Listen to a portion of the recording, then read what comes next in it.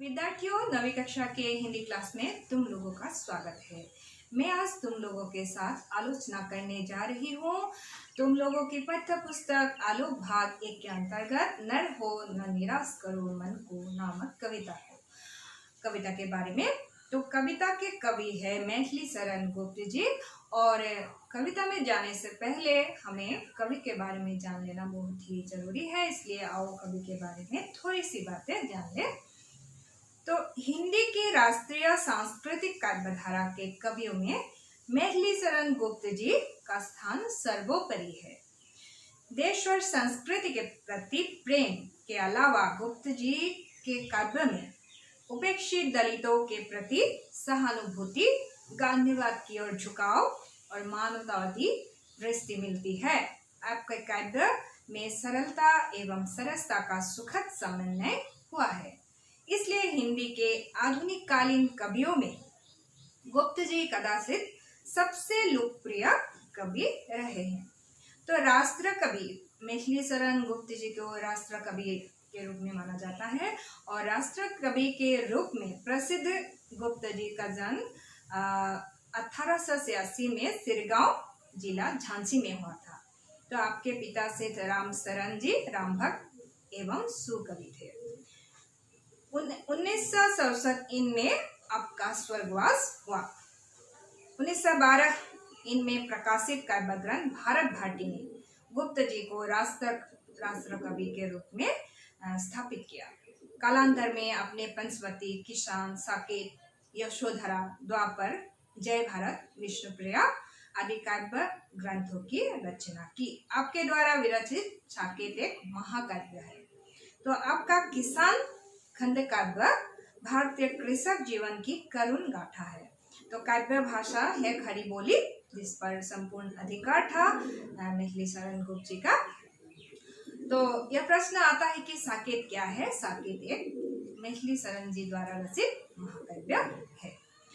तो नर हो न निराश करो मन को, इस कविता में कवि ने क्या कहा है, मनुष्य को कमर्थता का संदेश दिया है। तो कवि का कहना है कि मनुष्य को अपने हाथ आए अवसर को कभी जाने नहीं देना चाहिए और अपने कर्म द्वारा अपने मान का या सम्मान का ख्याल रखते हुए समाज में अपने को ऊंचा रखना है। कैसे, कविता के जरिए हम जान लेते हैं। तो कवि का क्या कहना है, पहले हम कविता को पढ़ लेते हैं। तो कुछ काम करो जग में रह के निज नाम करो, यह जन्म हुआ किस अर्थ ओहो, समझो जिसमें यह व्यर्थ न हो।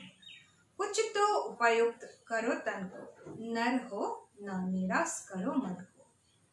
समलो की सुयोग न जाए चला, कब व्यर्थ हुआ सदुपाय भला। समझो जग को न निराश अपना, पथ आप प्रशस्त करो अपना। अखिलेश्वर है अवलंबन को, नर हो न निराश करो मन को। जब प्राप्त तुम्हें सब तत्व यहाँ, फिर जा सकता हुआ सत्य कहाँ। तुम सत्व सुधा रस पान करो, उठ के अमरत्व विधान करो। दब रूप रहो भव कानन को, नर हो न निराश करो मन को। निज गौरव का नित ज्ञान रहे, हम भी कुछ है यह ध्यान रहे। यह सब जाए अभी पर मान रहे, मरणोत्तर गुंजित गान रहे। कुछ हो न तजो निसाधन को, नर हो न निराश करो मन को। अब हम कविता के भावार्थ की ओर चलते हैं। तो कुछ काम करो, कुछ काम करो। पहले ही हमें पता चला था कि कविता के जरिए कवि क्या कहना चाहते हैं कि मनुष्य की कमर्थता की संदेश दी है कवि ने यहाँ। जब मनुष्य को कुछ करने के लिए आह्वान किया है कवि ने यहाँ, जग में रह के अपना नाम करने के लिए कहा है। यह जन्म हुआ किस अर्थ हो, समझो इसमें यह व्यर्थ ना हो। अपने जीवन को व्यर्थ मत जाने दो। जन्म किस लिए हुआ, तुम्हारा जन्म मनुष्य के रूप में हुआ है, इसलिए तुम्हें अपने कमर्थता पर ध्यान देना चाहिए, कुछ काम करना चाहिए और कुछ काम करके अपने को उपयुक्त बनाना है। निराश होकर बैठना मनुष्य के लिए लज्जाजनक है। मनुष्य होने का गौरव तुम्हें प्राप्त हुआ है, तन को उपयुक्त बनाए रखने के लिए मनुष्य को रोज कुछ ना कुछ काम तो अवश्य करना चाहिए। संभलो कि सुयोग न जाए चला, कब व्यर्थ हुआ सदुपाय भला। समझो जग को ना निराश अपना, पथ आप प्रशस्त करो अपना। कवि ने कहा है तुम कुछ कर सकते हो, संभलो। इसलिए समय आने पर जब तुम्हारे हाथों में अवसर आता है उसे हाथ से मत जाने देना। अनुकूल अवसर को हाथ से नहीं जाने देना चाहिए। मनुष्य को कमठ रहना चाहिए। क्या कह रहे हैं कि कभी अपने पहचान बनाने के लिए कुछ काम करना बहुत ही जरूरी है और जग को सिर्फ सपना समझना नहीं चाहिए। तो पथ खुद ही, अपना पथ खुद को ही चुनना होगा और उसका उपाय भी निकालना होगा। अपने महत्व और व्यक्तित्व को खुद ही पहचान कर अपने पथ प्रशस्त करने के लिए कवि ने, अपना पथ निकालने के लिए कवि ने यहाँ आह्वान किया है। और क्या कवि कहते हैं कि अखिलेश्वर है, भगवान है हमारे साथ, जो हमारे पथ प्रदर्शक होगा, अवलंबन के लिए जो हमारी सहायता करेगा। इसलिए तुम नर हो, मनुष्य हो और मनुष्य की तरह तुम अपना काम करते जाओ। जब प्राप्त तुम्हें सब सत्य यहाँ, फिर जा सकता हुआ सत्य कहाँ। तुम सत्य सुधारस पान करो, उसके उठ के अमरत्व विधान करो। तो कवि का कहना है कि संसार कर्ममय है, सब तत्व यहाँ ही है और सब सत्य या अधिकार तुम्हें मिलेगा। तुम मनुष्य हो और जो तुम्हारा अधिकार है उसे तुम अपने हाथों से निचोड़ो और कर्मों द्वारा अपने को इस संसार में अपना पहचान बनाओ। अमृत पान करो। किस तरह? काम करके ही अमृत पान कर सकते हो, अपने को अमर बना सकते हो। और कर्मों द्वारा ही, क्या कह रहे हैं कि कभी दब रूप रहो भव कानन को, जंगल में लगने वाली आग की तरह संसार रूपी जंगल को जलाकर अपना नाम अमर करो। तो कवि ने बार बार कहा है कि तुम मनुष्य हो या नर हो और इसलिए तुम्हें अपने कमठता पर विश्वास रखते हुए संसार से अमृत रस पान करना है। यहाँ तुम्हारी सब सत्व है, तत्व यही है तुम्हारा और तुम्हें इसे हासिल करना है कर्मों द्वारा।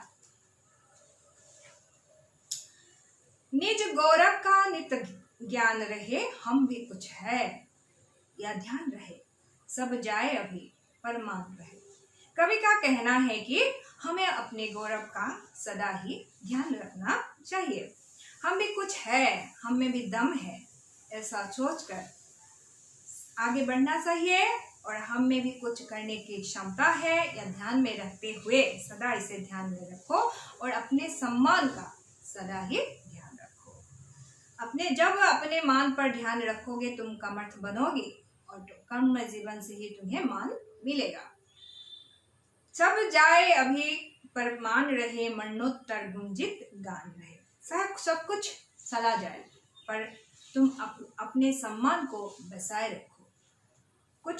कुछ हो ना तजो निज साधन को, नर हो ना निराश करो मन को। तुम तो कुछ हो, तुम में भी कुछ है और तुम कुछ भी कर सकते हो, ऐसा भाव रखते हुए साहस के साथ आगे बढ़ो और कर्म के द्वारा निराश न होकर अपने साधन का उपयोग करो और अपने गौरव का ध्यान रखते हुए तुम्हारा नाम मरने के बाद भी इस संसार में गुंजित रहे, ऐसे अपने मान बनाए रखकर या अमृत विधान करके ही तुम क्या कर सकते हो, अपना मान सम्मान की रक्षा कर सकते हो। तो कवि ने यहाँ क्या कहा कि पूरी कविता में हमको मिला कि मनुष्य की कमठता पर ही उसने ध्यान दिया है। कवि का कहना है कि मनुष्य को अनुकूल अवसर को हाथ से नहीं जाने देना चाहिए। मनुष्य को चाहिए कि वो अपने महत्व एवं व्यक्तित्व को पहचाने, तभी उसे आत्मगौरव और अमरत्व प्राप्त हो सकता है। निराश होकर बैठना मनुष्य के लिए लज्जाजनक है।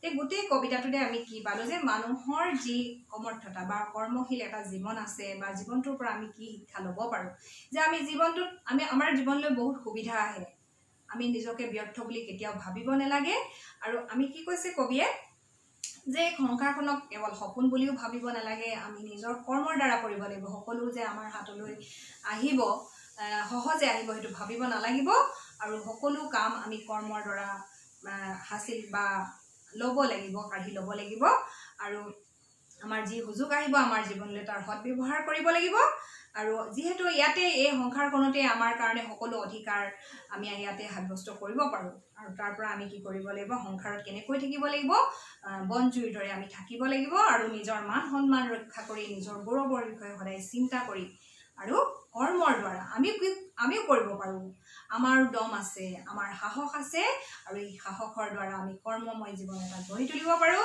আৰু সেই কৰ্মৰ দ্বাৰাই আমি অমৰত্ব লাভ কৰিব পাৰো সমাজত আমাৰ মৰাৰ পিছতো যাতে আমি অমৰ হৈ থাকিব পাৰো আমাৰ কৰ্মৰ দ্বাৰা कवि एक कथाটো বিশেষভাৱে গুৰুত্ব দিছে तो विद्यार्थियों नर हो न निराश करो मन को इस कविता से तुम्हें क्या शिक्षा मिली कि हमें अपने कमर्थता पर सदा ही ध्यान रखना चाहिए हमें अपने मान पर ध्यान रखना चाहिए और कर्मशील बनकर जीवन में आगे बढ़ना चाहिए आशा करती हूँ तुम लोगों को यह कविता समझ में आई होगी अगली पाठ लेकर मैं तुम लोगों के पास फिर आऊंगी आज के लिए यही सही